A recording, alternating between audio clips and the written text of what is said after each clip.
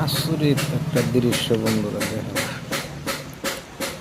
বৃষ্টি পড়ছে, বৃষ্টির পানি পাহাড়ের থেকে নামতেছে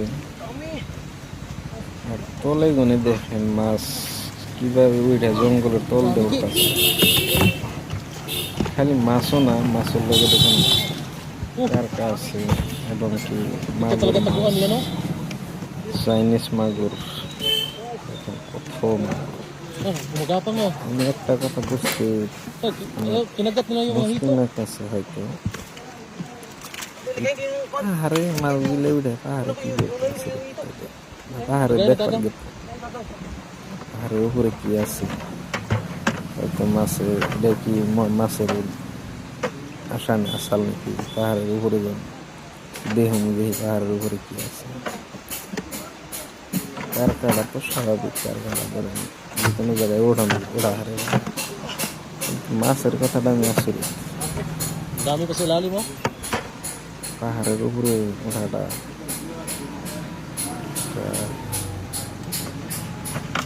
জটিল কথা, কিন্তু একটা আশাও আহে কথাটা, কাণ্ডটা দেখে তলে পানি খেয়ে দেখেন ধারে ধারে ধারে ধারে পাহাড়ের উপরে উঠতেছে মাছ। এটাই হলো প্রকৃতির নিয়ম, সবের ভিতরেই প্রতিমা, কিছু না কিছু তো প্রতিমা আছে। মাছের ভিতরে হয়তো অনেক সুন্দর প্রতিমা আছে, পাহাড়ে উঠতেছে, বৃষ্টির পানি ধার পাইয়া এই ধার দিয়ে বাইয়া বাইয়া জঙ্গলের তলদে তলদে হলো পাহাড় উঠবো, পাহাড়ে উঠে দেখবো কি আছে না আছে।